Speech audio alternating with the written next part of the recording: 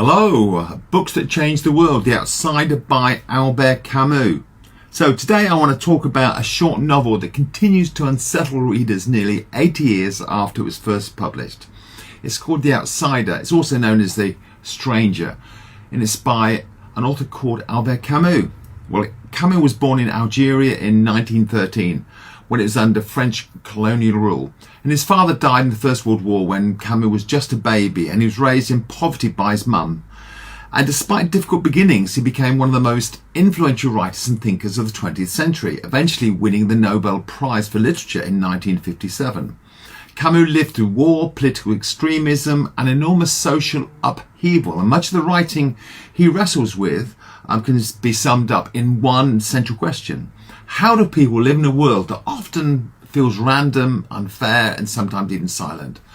And that question sits at the heart of this book, The Outsider. The novel begins with one of the most famous opening lines in literature. Mother died today, or maybe yesterday, I can't be sure. So straight away, readers feel something is off, and the narrator, Meursault, seems emotionally detached from everything around him.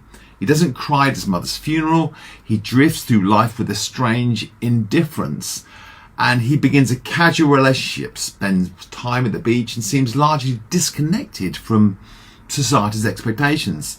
And then halfway through the story, something shocking happens. And on a hot beach in Algeria, under the blazing sun, Meursault shoots a man dead. And the act feels strangely senseless. Even Meursault struggles to explain why he did it. But what follows is even more disturbing than the murder itself.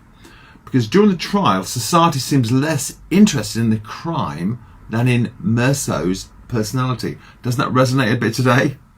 And so the court becomes obsessed with the fact that he didn't cry at his mother's funeral.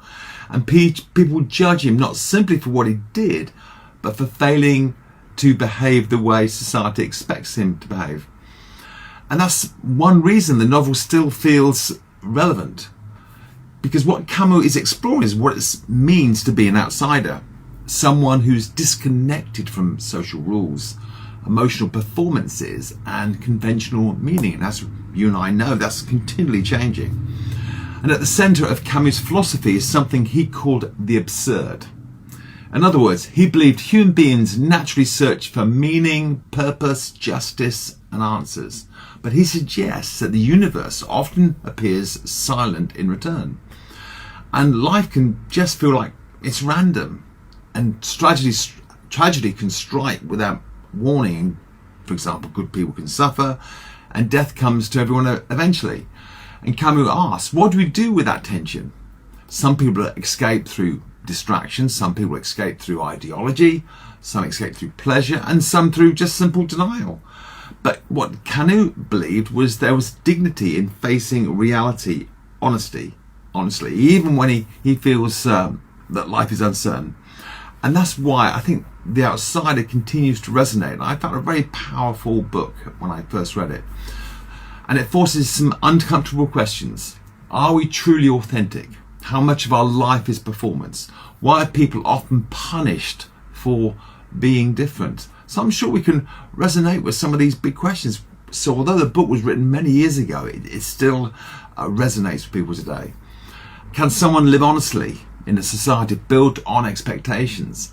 And the novel also speaks powerfully in a modern culture. And we live in an age of these curated identities, filtered emotions, and social performance. And people constantly feel pressure to appear successful, to appear happy, to appear outraged sometimes, or productive, or emotionally correct. And what Meursault does, he disturbs society because he refuses to perform. But also at the same time, I think that his emotional emptiness serves as a warning, because although Camus admires honesty, the novel does leave us asking whether detachment alone is enough to build a meaningful life. And that's why I think the story opens a deeper conversation.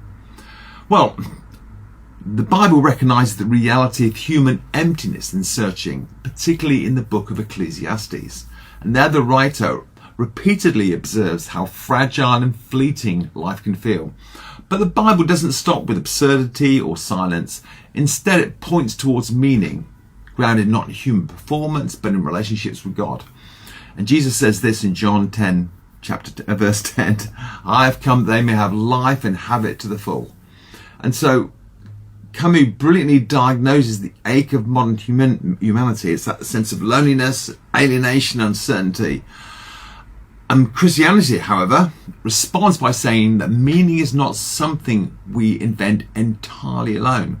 It's something we discover in relationship with God. Purpose, love, and ultimately God himself, as he reveals himself and his truth to us. So here's the challenge. Where are you searching for meaning? In success, in approval, in distraction, maybe? Maybe sometimes even emotional numbness can be something which we're trying to achieve. And we can ask ourselves too, are we truly living or simply existing? So let me just finish with a short prayer for each one of us. Lord, in a world that often feels uncertain and noisy, help us to live honestly and thoughtfully. Give us courage to face difficult questions, wisdom to see what truly matters, and compassion for people who feel isolated or unseen. Lead us towards lives shaped not merely by survival, but by truth, hope, and purpose. Amen. Thank you for watching. Have a great day.